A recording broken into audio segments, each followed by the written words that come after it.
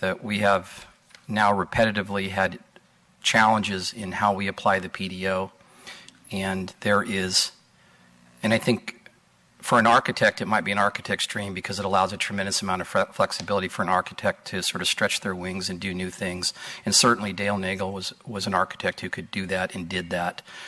I can't get into any speculation as to why he presented that original design. I know some people did present some testimony, but clearly his reputation and his ability to see that PDO and in his vision, in what he saw in his mind and in his heart, that this was something that he was able to present to a client.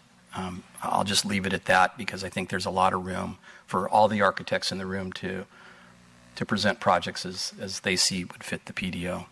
I'm not saying it's good or bad, it just is.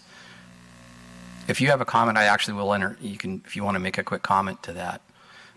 I will say, I did not know Mr. Naegle, and I don't want to try to anticipate or think what he might have been thinking.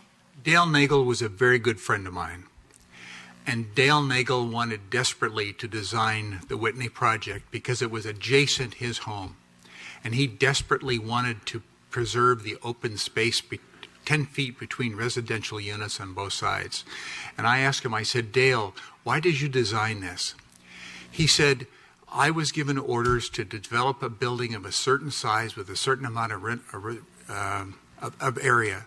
And he said, if I had designed a building that fit the regulations as he understood them, he would have been terminated from that point on, and that Mr. Whitney would have found another architect to follow his design guidelines.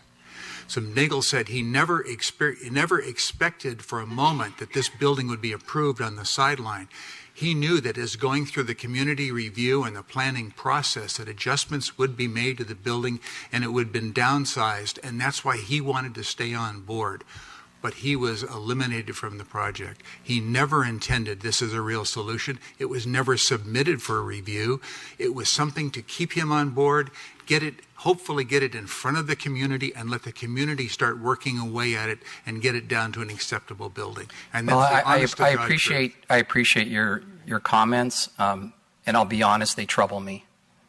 And I'll tell you why they trouble me. As a licensed professional, to take on a client and not do your best not only to serve them, but also to serve the law, that you're obligated, the regulations. That troubles me that that may be a conclusion that I have to reach. That's what troubles me about your statement.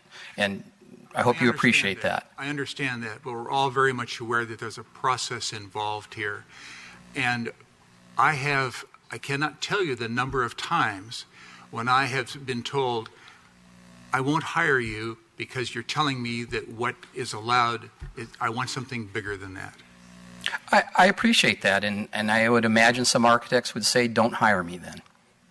But, I guess it's the challenge we have in development.